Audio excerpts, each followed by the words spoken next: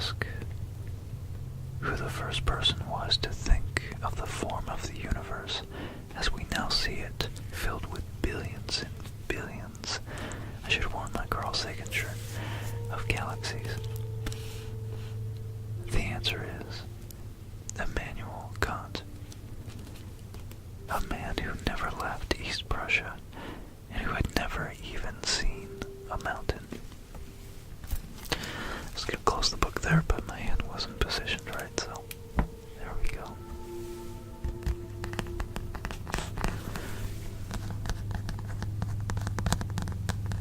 Okay, so astronomy, cosmology, and philosophy. Immanuel Kant, I believe he always walked around with his dog. Alright, we have a guest appearance tonight. Her name's Bailey, but she goes by Billy. Hi. I brought her on because tonight we're talking about my favorite two subjects. She's gonna make some mouth sounds. She's gonna be right next to us though, hanging out.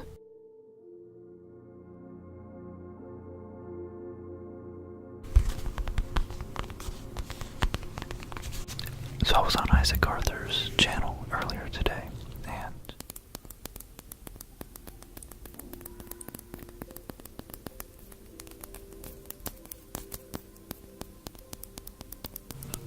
in the movie Man from Earth, the main character quotes, says that the first intimations of scientific theories, of a lot of scientific theories, always have their roots in art and philosophy. And an example he gave was the Laplace speculation on nebulae in the 1700s. That's 300 years ago, well before we had telescopes good enough to see the details of Andromeda. And these nebulae turned out to be galaxies.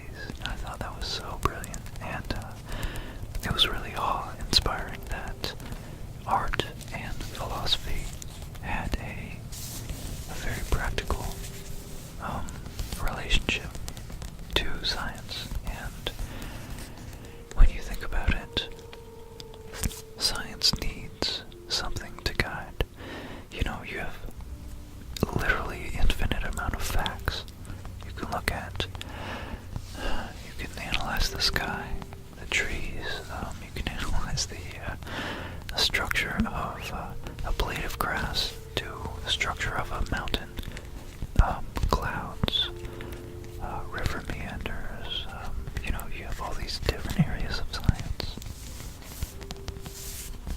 And there are certain areas of science like astronomy and cosmology that are just innately fascinating due to their grandeur, the scale, the sheer scale that they exist at. And it's not science that defines why I'm interested in that. It's, well, we don't really know. Like, why do I find that meaningful to research black holes and be interested in these cosmic phenomena? And, well, that's a good question that I don't have the answer to, but art and philosophy certainly try to answer that a lot. So, this was a long intro, but I just wanted to preface this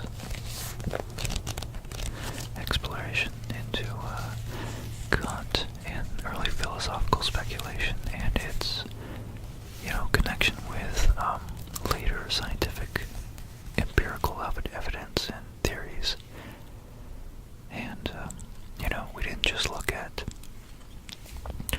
the cosmos and it just clicked and said, oh yeah, the planets, of course, they're orbiting in an elliptical pattern that has a very specific relationship to their movement and their distance from the sun. And you know, what is it, the integral of a certain path over a certain given length of time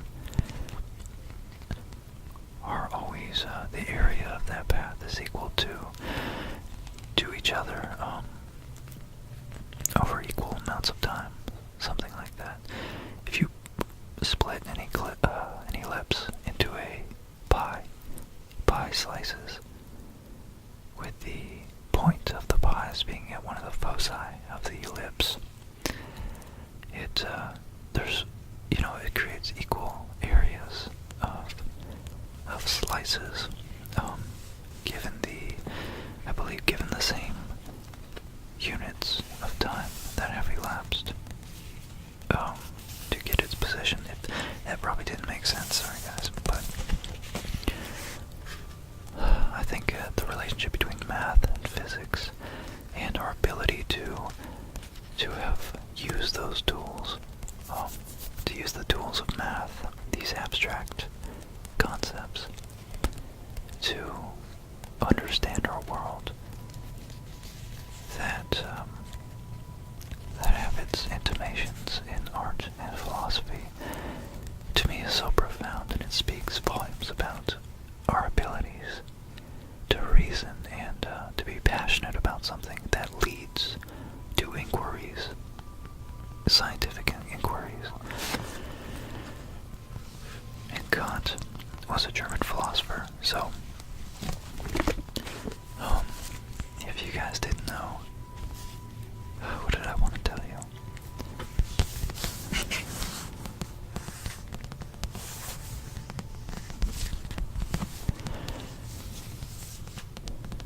I guess wanted to tell you that,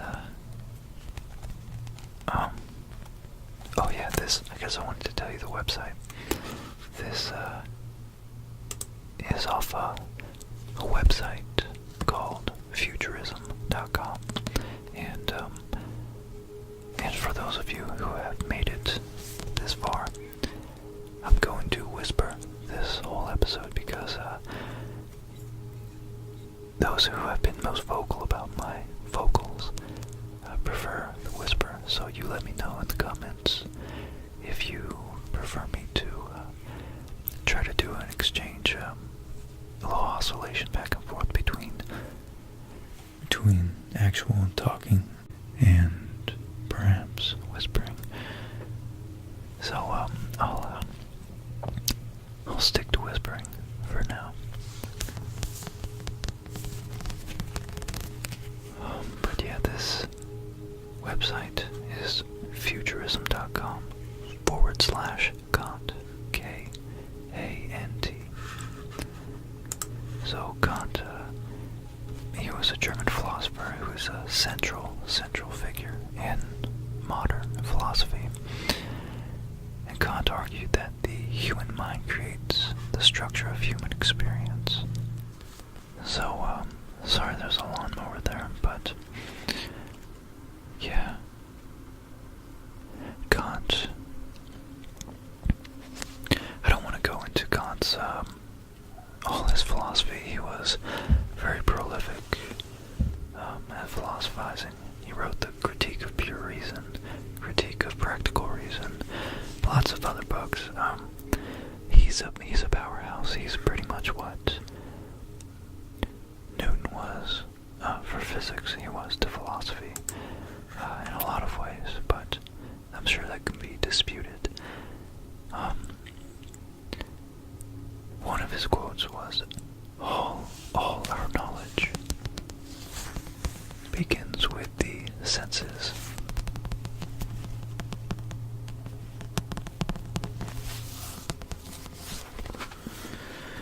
And proceeds then to understanding, and ends with reason. There is nothing higher than reason. So, okay, as I've been trying to do recently, and I kind of like the general idea. I get a book that vaguely has something to do with the topic, and I actually read from a website, but I make it appear to your senses as though kind of crumbly, not the best, but I'm reading from the book as though I'm reading from the book. Just because I love the tactile sounds and, of course, feel for me of actually touching a book and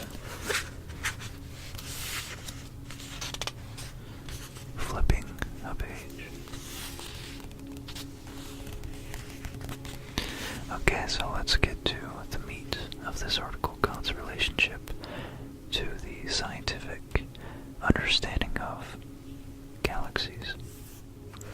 Okay, so let's type in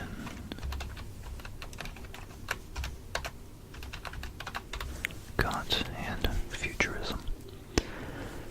Okay. And here we go. Immanuel Kant, discoverer of nebulae in the multi-galaxy universe.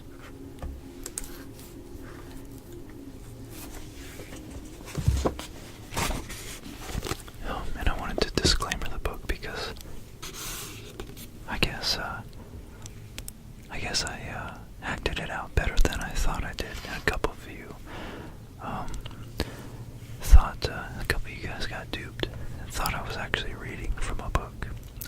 Or you just wanted to know what the book was, which is a fair question. So,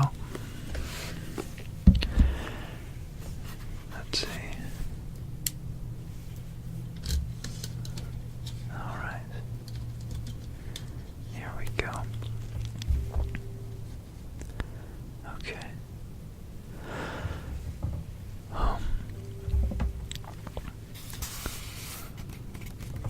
So in the past, we have covered various scientists on this website, of course, and their contributions to their respective professions.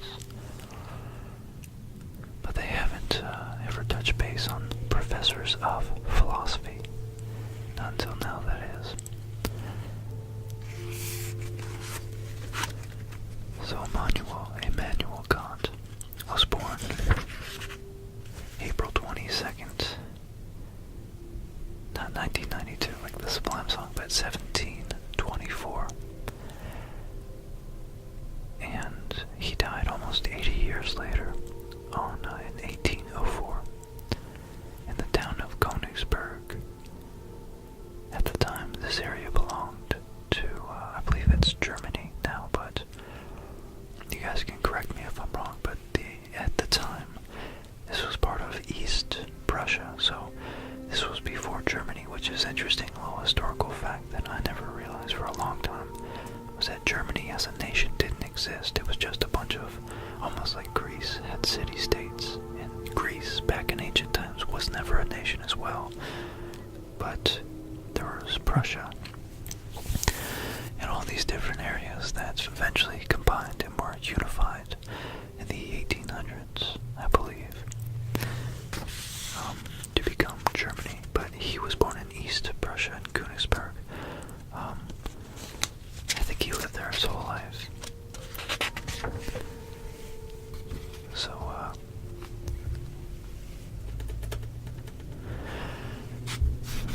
let's see. Kant only owned one piece of artwork, supporting the absence of passion in favor of logic. This philosophy was also reflected in his most famous works, such as what I mentioned before, the critique of pure reason and practical reason, and the logic, among many others. Quite generally regarded as one of history's truly great thinkers.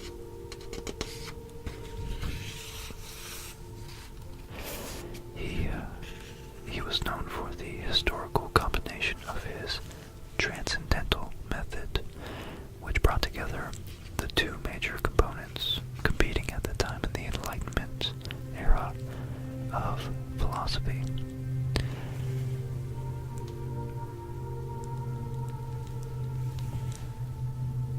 Which one was the metaphysical approach,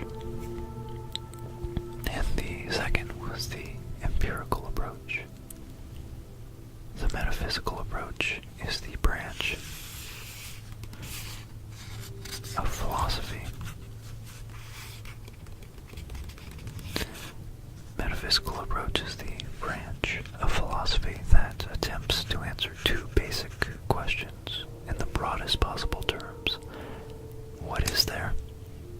And what is it like?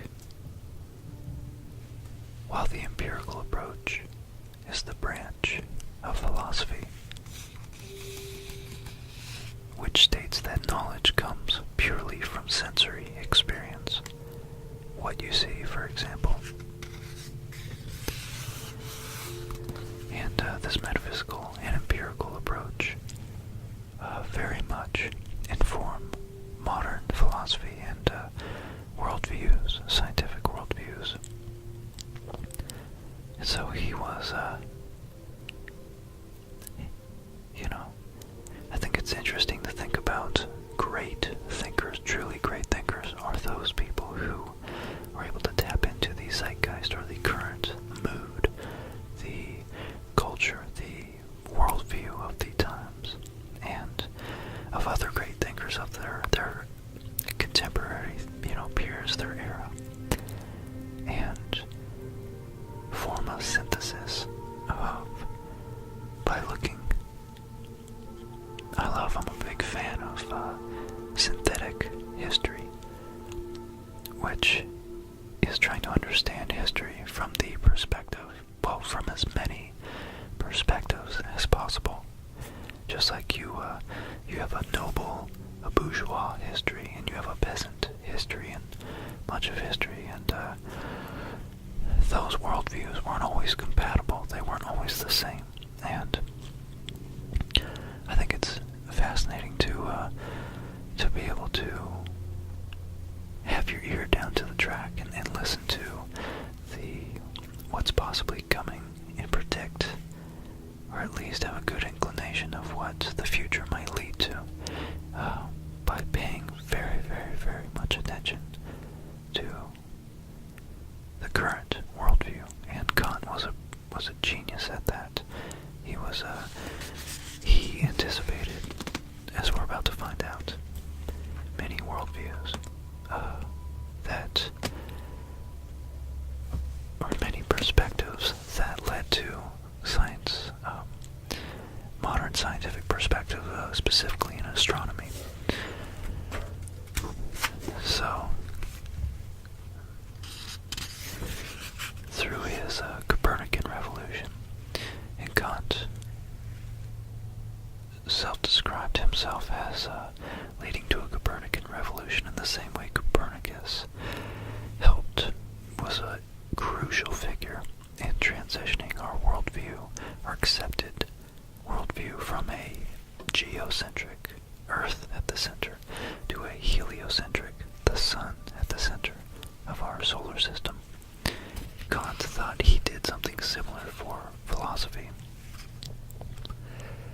when he moved the criterion of truth from assertions about external and external reality to the immediate knowledge of yourself, what you can sense.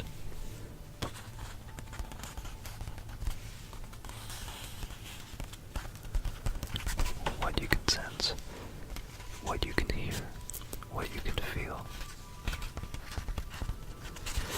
And something to think about is hearing is a form of feeling. When oscillating, when energy propagates through the air molecules and makes them oscillate up and down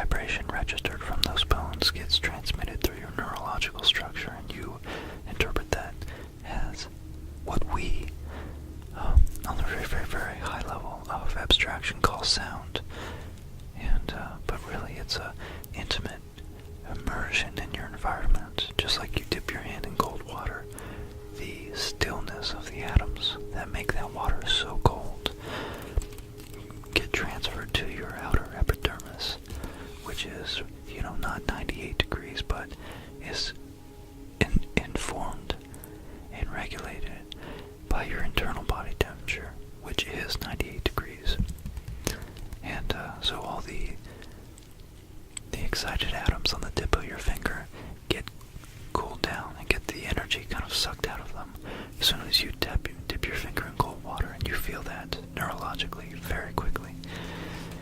So, anyways, I'm fascinated. I'm like such a geek about that. When you, like Richard Feynman's approach, I always say it, is that when you look at a flower, does it make it more or less interesting? When you understand how its biochemistry works, and you understand that it's bright pink because it absorbs all the other wavelengths of light and reflects and rejects that one particular wavelength, or maybe it's a couple wavelengths that fuse in our eye to become pink. And so is it blue and yellow make green? So perhaps blue and yellow, although this not might be right, perhaps blue and yellow are reflected into our eyes, make green. But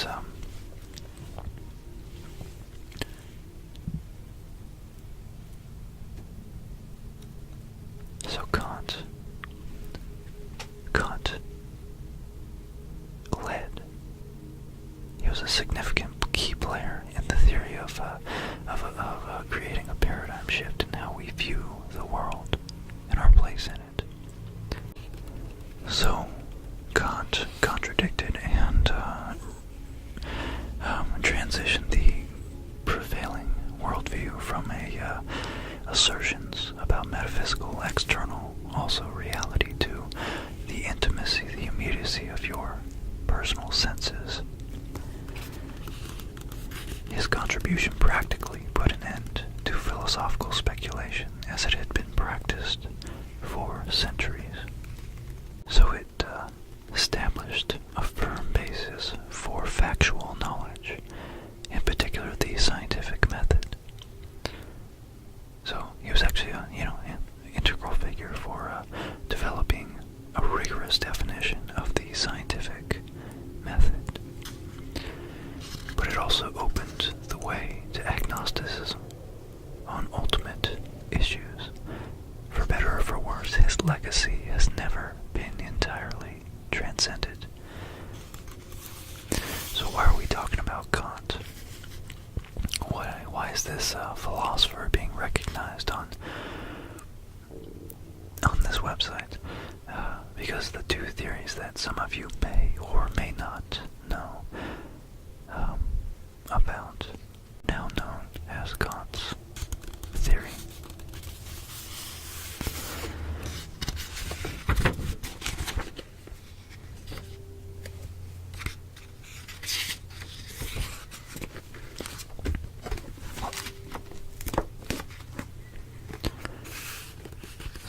So despite being a well-known philosopher, Kant's early works focused actually more on geology, astronomy, and physics. In his 1755 work, The Universal Natural History and Theory of the Heavens, Kant talks about astronomy and two noteworthy theories about the heavens. This is his nebular hypothesis. The first is his nebular hypothesis on star and planetary formations, where he theorized that thin, dim clouds of dust and gas out in the cosmos would collapse in on themselves under the force of gravity, causing them to spin and to form a disk. From this spinning disk, stars and planets would form. This is so fascinating that he took Newton's theory of gravity and extrapolated this from it. And from this type of formation, the rotation of Earth and the other planets would be explained. So brilliant. Unlike the earlier great German philosophers such as Gottfried Wilhelm Leibniz, Newton,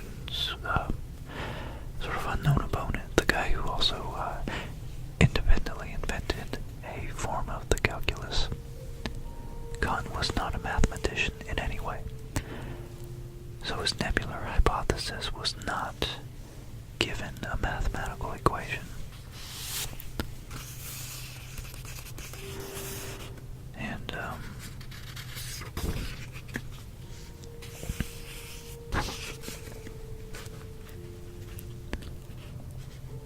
so it was not given a mathematical equation until a French mathematician by the name of the guy I told you before, Pierre-Simon Laplace. Anybody who's taken higher mathematics will be aware of the technique known as the Laplace transform. It's definitely used in signals and systems electronics a lot. So Laplace looked over Kant's theory and figured it out. Ultimately, his theory became the well-accepted model of star and planet formation. Today we can even see this happening in stellar nurseries like Orion's molecular cloud. And despite this,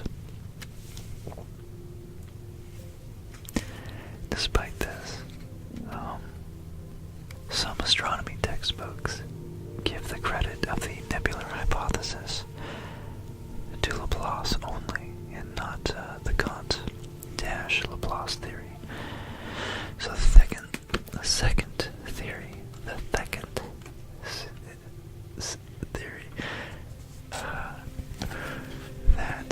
Kant also made had to do with also nebula, but sort of. Along with the bright, dark, and planetary nebulae, there are also spiral nebulae. Though early telescopes couldn't really see these clear enough to discern them as actual spirals. Rather, they looked like Die Neblichten Stern, or nebulous stars. However, Kant distinguished these nebulae as their own species. He distinguished them as their own species, as galaxies.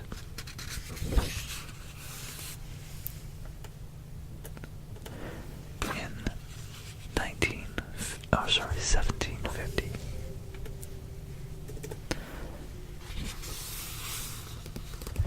Thomas Wright had suggested that the Milky Way, our own galaxy, was a vast spinning disk, consisting of course of stars and planets and nebula, etc. He claimed that the Earth was part of this system. This was 1750, mind you, and Kant had read a report of this theory, and he used it to form a hypothesis about the existence of other galaxies. So cool. Ultimately, his use of this theory actually brought it to general attention. An observational confirmation of it came from the great astronomer William Herschel in 1785. Kant's idea was that the dim, tiny nebulae were themselves external galaxies, or island universes. So island universes, independent of the Milky Way. So it's so cool that, just how in an instant like that you read a book, you read something, and you instantly view the world drastically differently. The word universe we think of nowadays as, it's 13 billion light years across, and, probably more than that, and equally old, obviously, and, back then,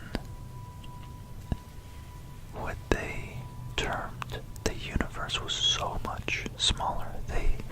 They might have speculated, but the mainstream astronomers did not think of the universe as nearly anywhere near as big until Hubble came along and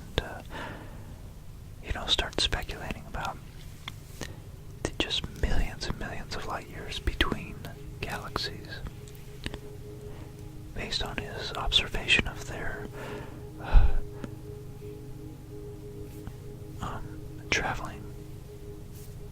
kind of speeding away from each other. So, yeah, it's just fascinating to alter and toy around with the idea that our galaxy is a universe in itself. And for all intents and purposes, it really is our only universe is our galaxy, because until we absolutely master interstellar travel at speeds at or maybe greater than the speed of light at some point in the future, we certainly have no chance whatsoever at accessing and reaching physically any other galaxy other than our even little parts of our own.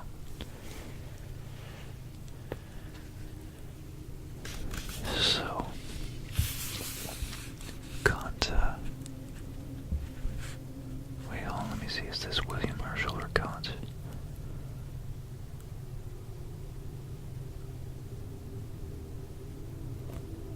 Kant's idea was that the dim... Okay, so Kant did say that, quote, "It is far more natural," let me read this out of the book here, "it is far more natural and conceivable to regard them as being not such enormous single stars, but systems of many, whose distance presents them in such a narrow space that the light, which is individually imperceptible from each of them, reaches us on account of their immense multitude in a uniform, pale glimmer. Their analogy with the stellar system, which we find ourselves, their analogy with the stellar system in which we find ourselves, our solar system, their shape, which is just what it ought to be, according to our theory, the feebleness of their light, which demands a presupposed infinite distance. All this is in perfect harmony with the view that these elliptical figures are just universes, so to speak, Milky Ways, like those whose constitution we have just unfolded.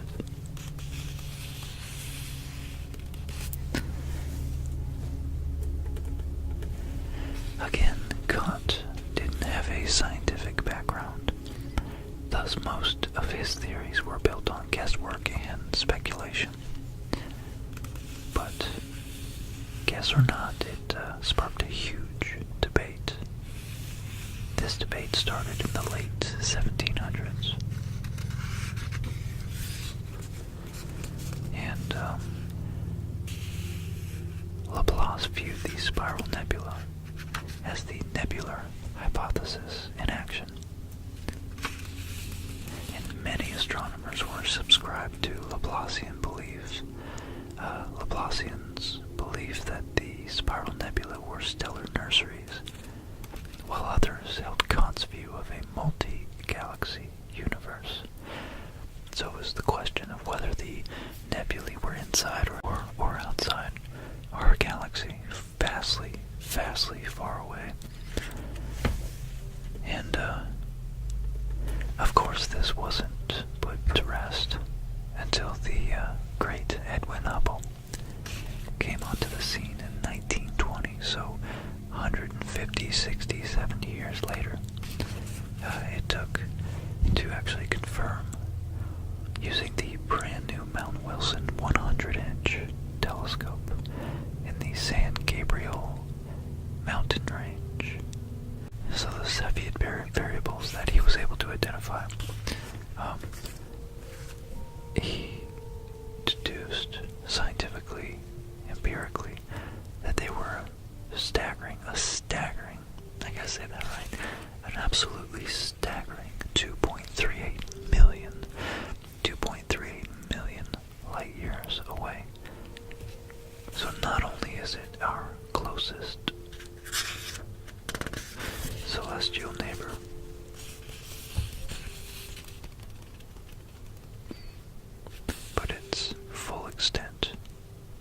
covers a 3-second arc in the sky,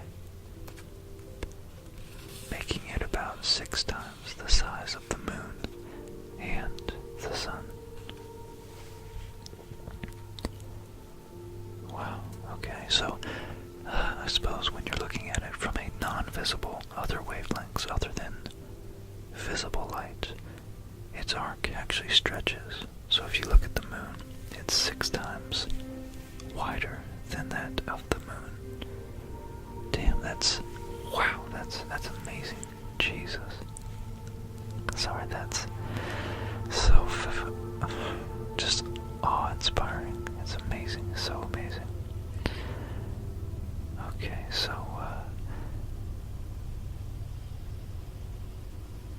despite its now known size, the rest of the galaxy remains elusive to stargazers, as only the brightly lit core is visible to the naked eye, with a few prominent stars. These stars were much, much further away than any stars in the Milky Way, so Kant was right yet again.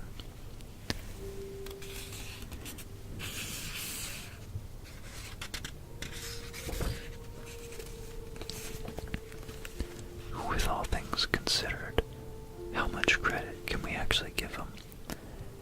As it turns out, a lot. Most great ideas in any science field begin as guesses, a little more than speculation. Sometimes with very little or contrary evidence behind them. As with the case with Nicholas Copernicus, of course, it would seem our senses would have told us that the sun is the thing that indeed is orbiting the Earth. That's why it took us so long to lift the veil up from that phenomenon. So, more importantly, if we ask who the first person was to think of the form of the universe as we now see it, filled with billions and billions, I should have worn my Carl Sagan shirt, of galaxies, the answer is Immanuel Kant, a man who never left East Prussia and who had never even seen a mountain. I was going to close the book there, but my hand wasn't positioned right, so there we go.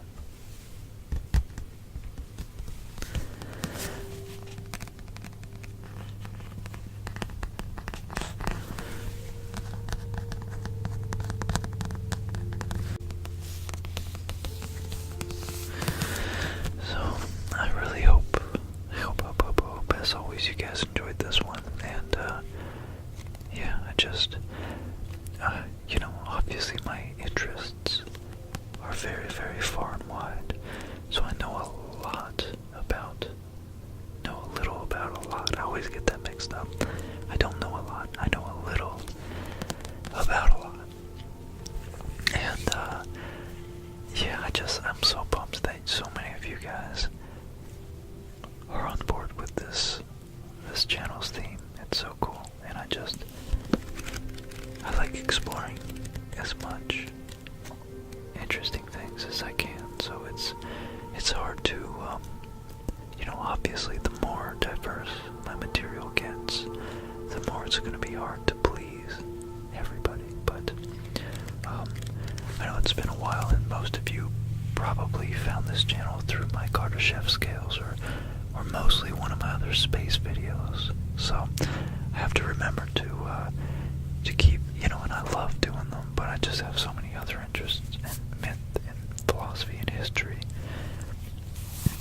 so just keep reminding me, guys, in the comment section, or, slide me a DM on Instagram, and, or Twitter, follow me on Twitter. It's all in the comment section below. I always forget to shout that out.